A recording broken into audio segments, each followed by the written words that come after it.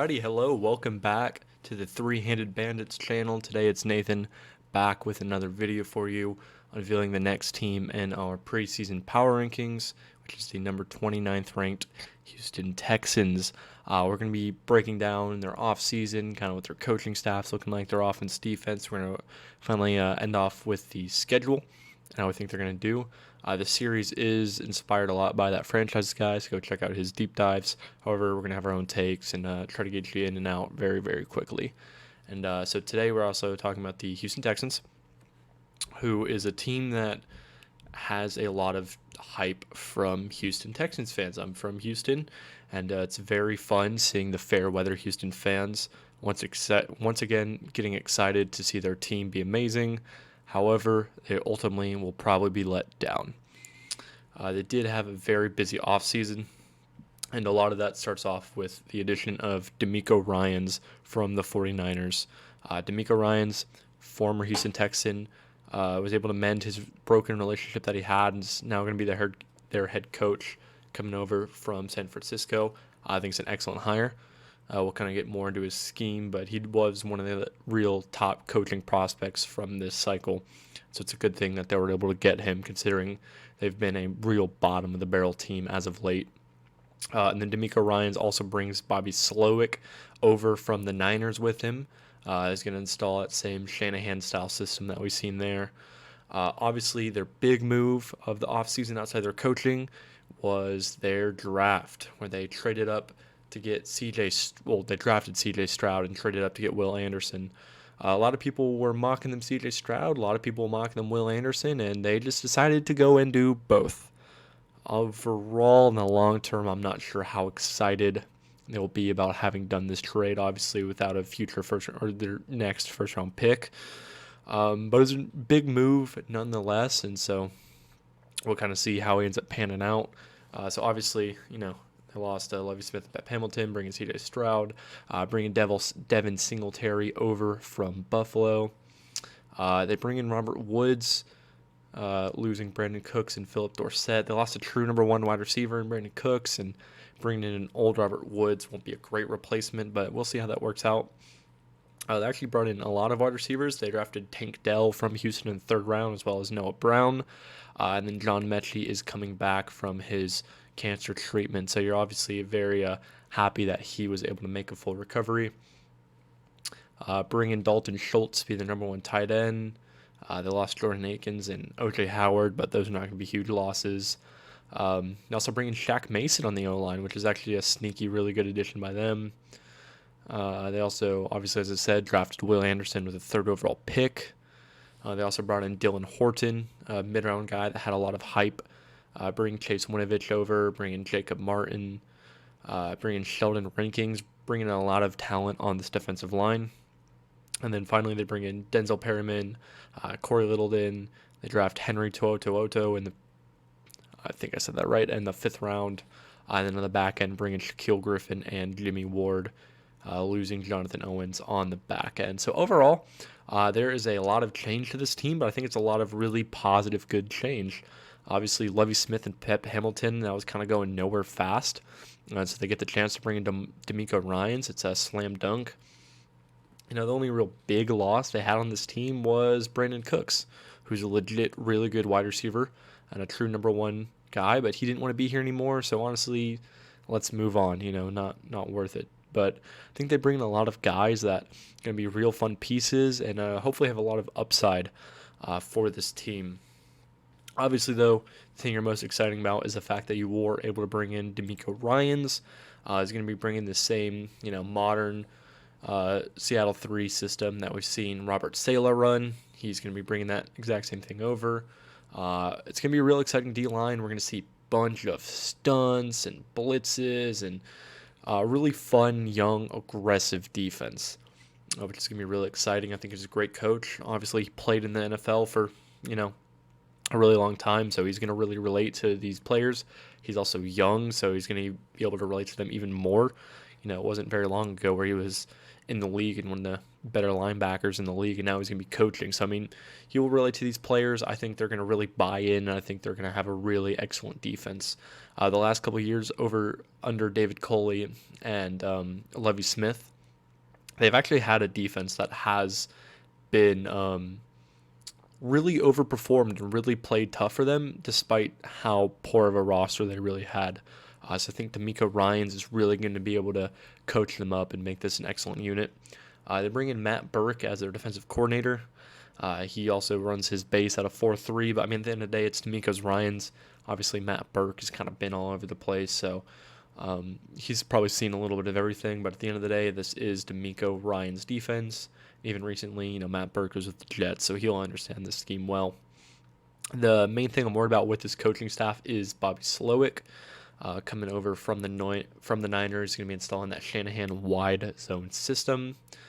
Obviously, Kyle Shanahan's the main play caller and guy there, so you're hoping that he's learned some stuff and can be the next in line of this Shanahan and McVay tree of these talented wide zone offensive coordinators. However, the whole not calling play of things, like we were hinting out with Drew Petzing in the last one, is a little bit concerning. But if you're going to learn from somebody in the NFL, I think Kyle Shanahan is a really good guy to learn from.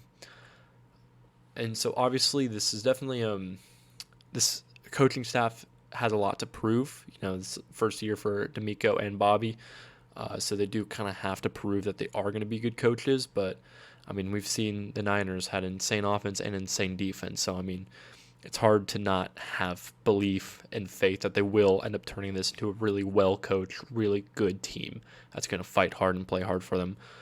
So I'm really excited to see what this coaching staff is going to be able to do. I think it's a really good hire that they got D'Amico Ryans. And, I think if you're a Texans fan, you're super excited that you're bringing your guy back.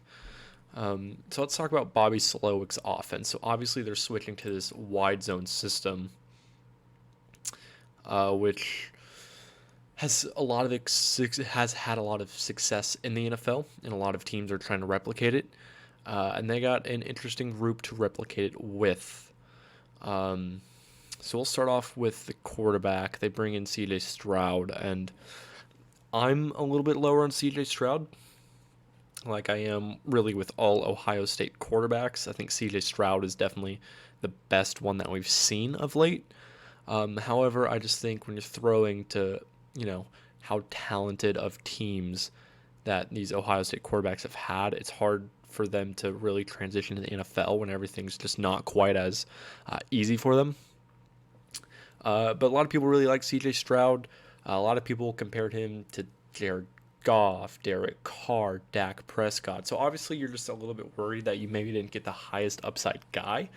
Maybe he does have a safer floor, especially a lot more of a safer floor than, Justin Fields, for example. But he has really good accuracy, and as he showed in that Georgia game, he can play really excellent and extend a lot of plays and can be a dynamic playmaker. Seeing him in some interviews, he seemed like a really fun guy, so I'm rooting for him. And I think he'll end up having a pretty decent career of kind of being a Jared Goff, Dak Prescott, like being a decent quarterback. I think he will have some struggles year one, especially with this offense that we'll talk about a little bit later on. But I don't know. I think it'll be a fun season. I think we're going to have some rookie, pains, especially going from Marvin Harrison to Robert Woods and Nico Collins. Like, I think there's going to be a drop-off in the talent that he has. But overall, in the long term of his career, I do think he'll be able to figure some stuff out and be a good quarterback, but I think year one will be a little rough. Behind him, you have Davis Mills and Case Keenum. If they're playing at any point, then the season's a wash. You're not really trying to win games with those guys. It's cool seeing Case Keenum back in Houston. But outside of that, long neck and Case, if you're playing, season's over, we're focused on next year. So I think they're going to help, or C.J. Stroud's going to help give you a decent passing game. However, I think what's really going to hurt this passing game is this wide receiver group, which outside of the Tennessee Titans might just be the worst receiver group in the NFL. Your best guy is It's probably Nico Collins going to be your main number one more than likely. Younger, bigger body guy. A lot of Houston fans really, really like him. I just don't really see a true elite number one wide receiver. I think he's a really solid number two guy, but he just doesn't, he's not a Terry McLaurin. He's not even a DJ Moore. He's more of a Michael Pittman, of a guy who's kind of pretty good at a lot of different things, but not really some true elite number one wide receiver, or, he's just a solid pair of hands. To have that as your number one guy with a rookie quarterback, to me, is a little bit worrisome. Obviously, they bring in Robert Woods as well, who has played in a lot of these Shanahan-style schemes, and because he's such a good blocker, that really helps with some of these, fake down blocks, and then he kind of sneaks out the back and is able to get some sneaky chunk yards. However, I think just age and injury is really starting to get to him. Last year in Tennessee, he was horrible. I just don't think he's a very good player anymore.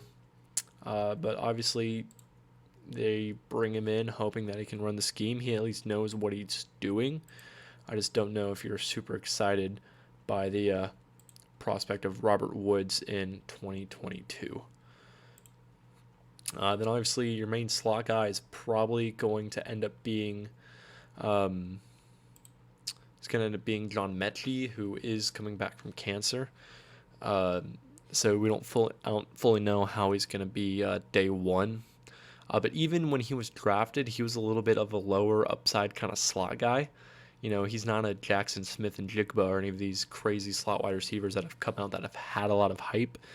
And so I just worried with those being your top three, you're just not getting a super explosive group. None of these are really explosive options, especially with an aging Robert Woods who's starting to look like he's falling off a bit. Behind him, you got Tank Dell, Noah Brown, and Xavier Hutchinson, which, is decent depth, I guess. Noah Brown has been decent as a fourth, third, fifth guy for the Cowboys. And I think he will probably end up getting a lot more snaps later in the year as Robert Woods. If he kind of keeps up how he's playing last year, if he starts regressing more, I think Noah Brown can kind of help take over some of that role. Tank Dell is an exciting little slot option, from Houston. And so he'll probably find a lot of ways to get involved. He's a little bit more of that like gadget, almost Isaiah McKenzie type. Between him and John Mechie, though, I still don't think you're going to get a whole lot of explosion and a whole lot of dynamic plays from the slot. I'd probably expect that Tank Dell will give you a little bit more juice from that spot. And then Xavier Hutchinson's also kind of just a guy. Like, to me, this is where a lot of my pessimism comes from this team. I think this offense is going to struggle with a rookie quarterback and not a whole lot of talent as wide receivers. We've seen the last couple of years that the Green Bay Packers, who run, the same scheme, have struggled with even a much better quarterback. They've struggled with really poor weapons, and this is along the same kind of caliber of guys. Just you have a lot of guys that aren't proven. You got three rookies, because John Mechie's basically a rookie. You got three rookies. You got Robert Woods, who's on the decline. Noah Brown, who's kind of just been a guy in the league, and then Nico Collins, who has a lot of hype, but I just don't see a great player. Like, it's just going to be hard to move the ball passing wise. They do bring in Dalton Schultz, who I think is going to be pretty decent for him. He's no Travis Kelce or anything crazy like that, but he's a solid set of hands and kind of just a very similar to almost like a Jason Witten. He's going to be a first down chain mover. He'll catch. He'll be able to kind of, break a tackle or two, get some chunk yards, but he's not some crazy explosive tight end, but he's still one of the top 10 tight ends in the league. So you're glad you bring him in. I think that'll be a good little safety net for C.J. Stroud.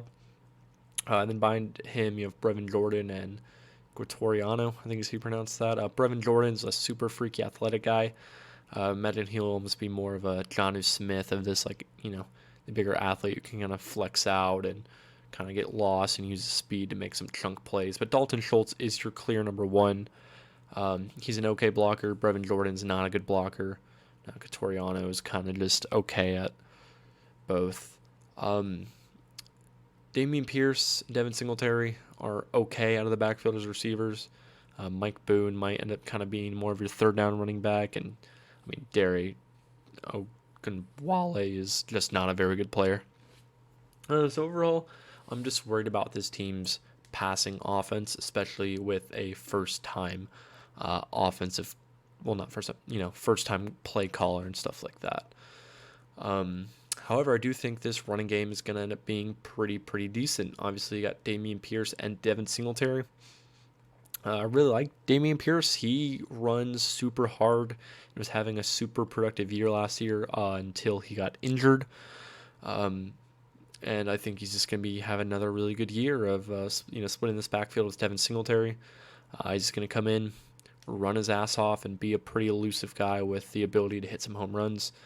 Devin Singletary, obviously a little bit of a smaller, slower guy, but is really good at getting some tough yards and getting better and better at being a little bit more elusive and breaking some more tackles.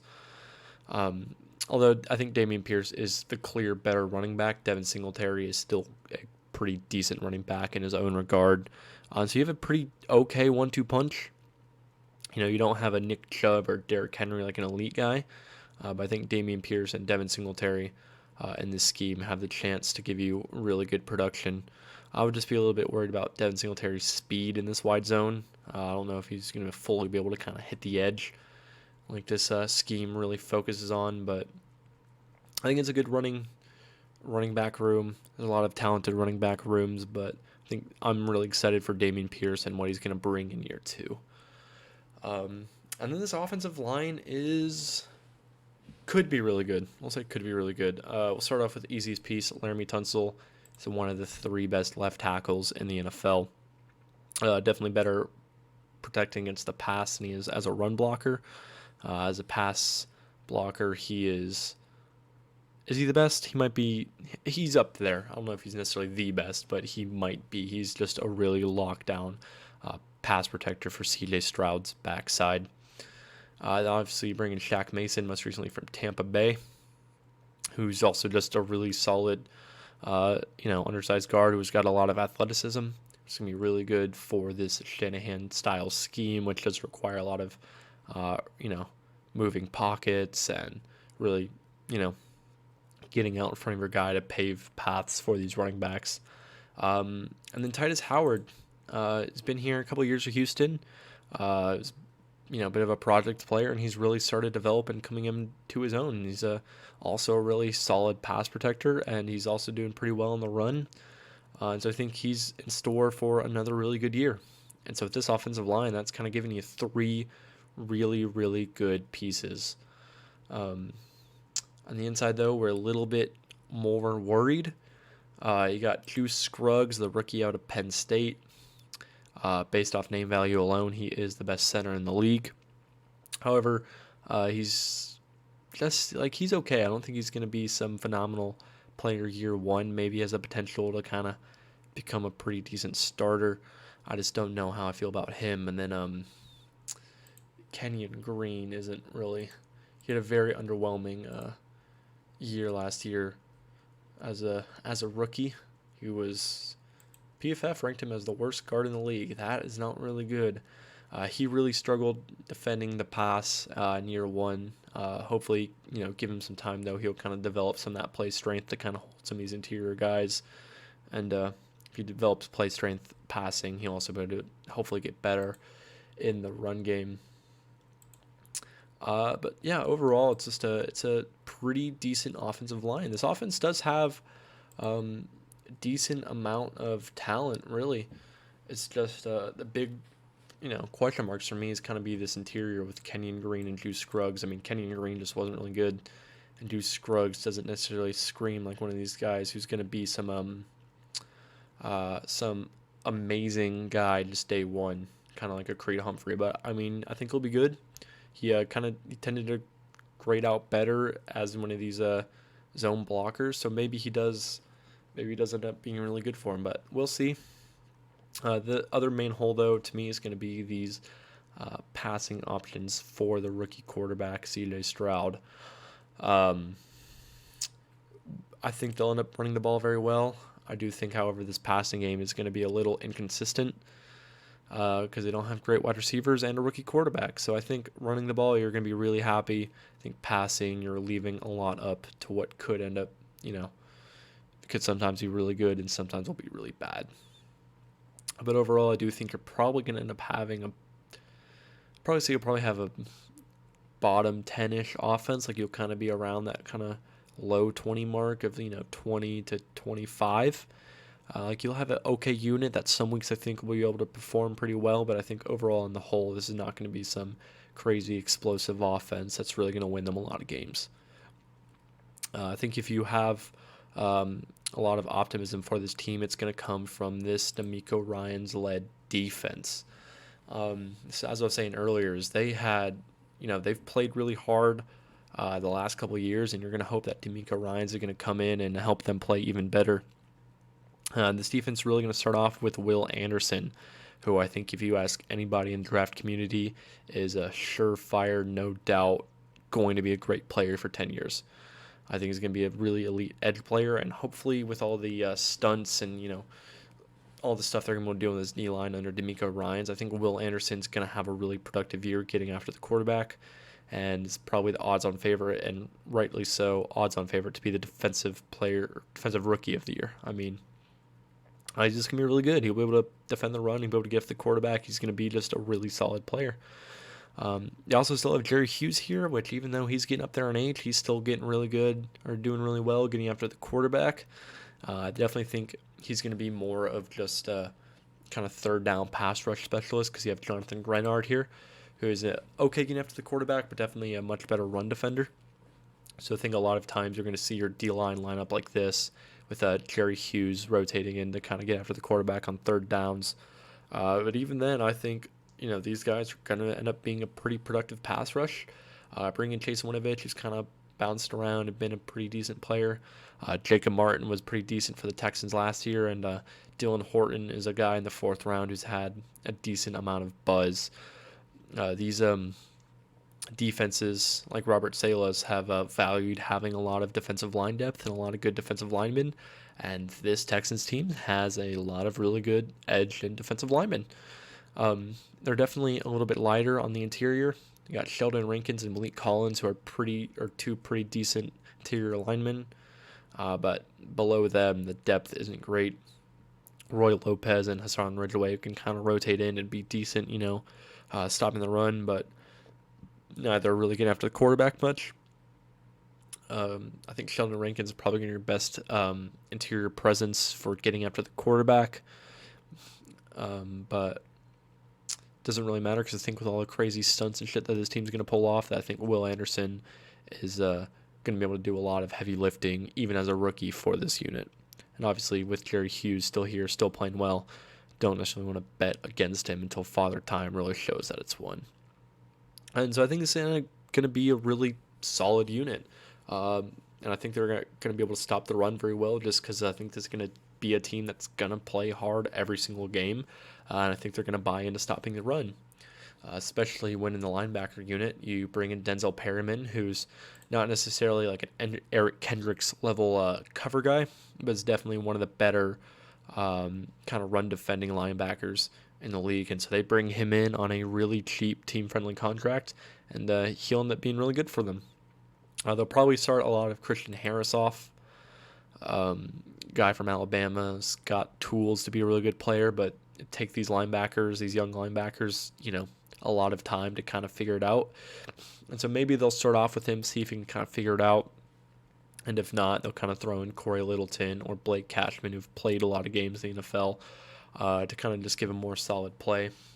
They got Henry To'oTo'o and Jake Hansen, who are both, okay linebackers, not, the greatest of athletes, but at the end of the day, with Denzel Perryman, Corey Littleton, you'll get some good play, and then hopefully Christian Harris or Cashman or one of these other guys can really step up and give you some great play besides those two. And so I think it's going to end up being a really decent front seven. As we've seen in San Francisco, that they've just had really good front sevens in the last couple of years. And, under D'Amico Ryans, a guy that knows a lot about the front seven, maybe he'll be able to get another really good group going. Where I am worried about this defense is a little bit more on the back end. They bring in Jimmy Ward over from San Francisco, who's been a really good safety for the last couple of years, and will probably just continue playing very well here. Can do a little bit of everything for you. And it's just going to be a solid guy. And then they got Jalen Petre in his second year, who had some really good moments last year. Still has some ways to go to prove to be a really good starter, but I don't think he's necessarily going to be a liability for you. Where I'm really most worried about the secondary is going to be Derek Stingley, the third overall pick from the year previous draft, who really struggled as a rookie, like a lot of rookie corners have.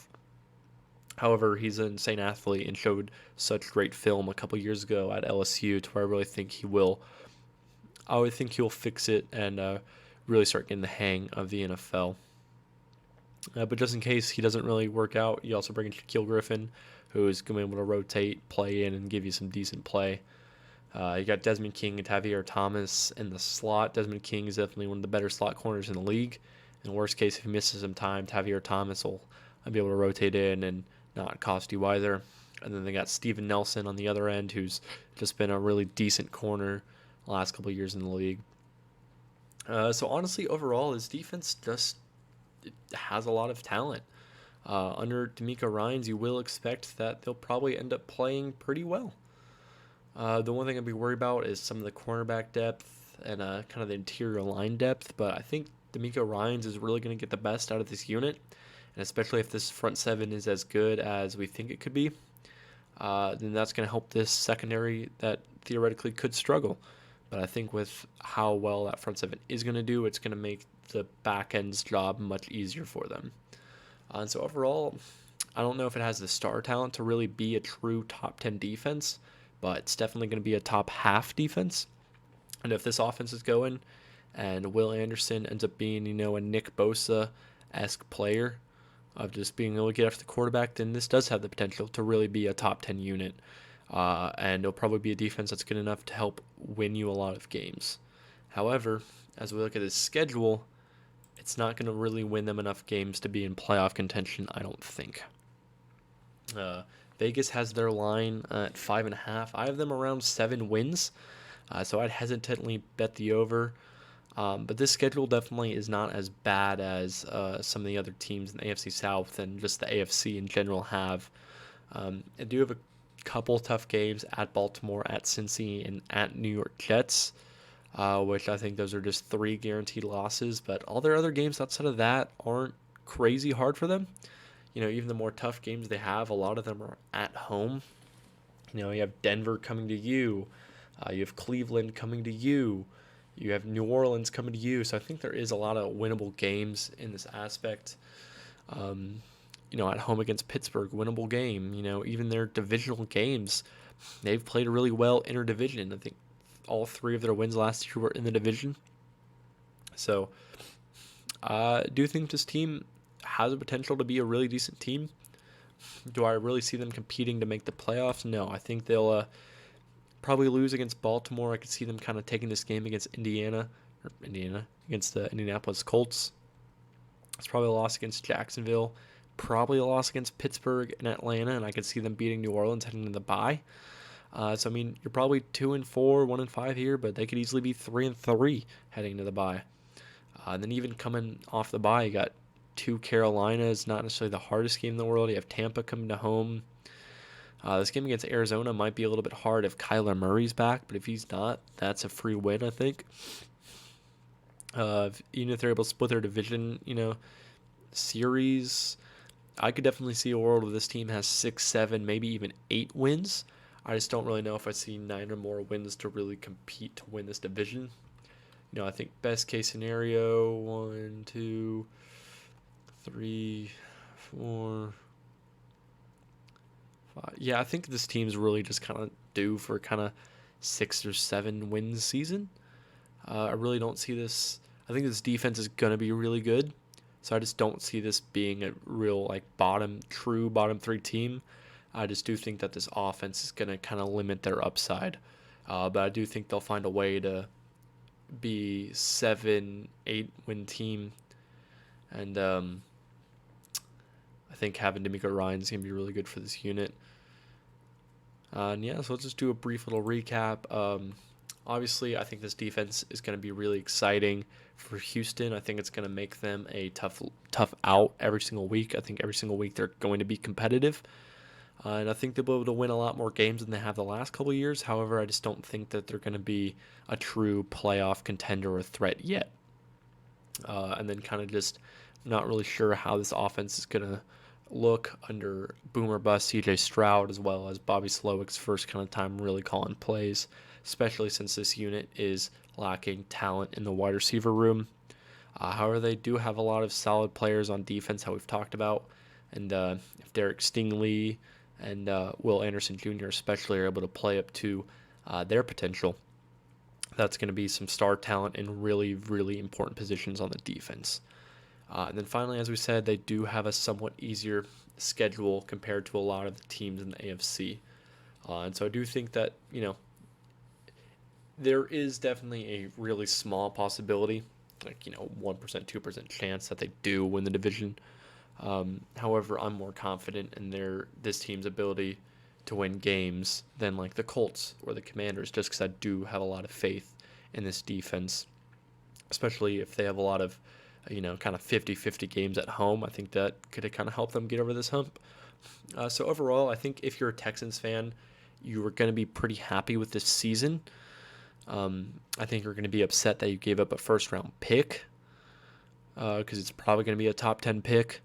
But I think either way, for the long-term success of this Texans franchise, I think they're in a very, very healthy spot. So overall, if you're a Texans fan, kind of let me know what you think. Let me know where you're optimistic. Let me know where you're pessimistic about this team. Where am I wrong about my analysis? Where am I right? Kind of just let me know. Please don't forget to subscribe if you enjoyed this video, and we will see you next time. Thank you, guys.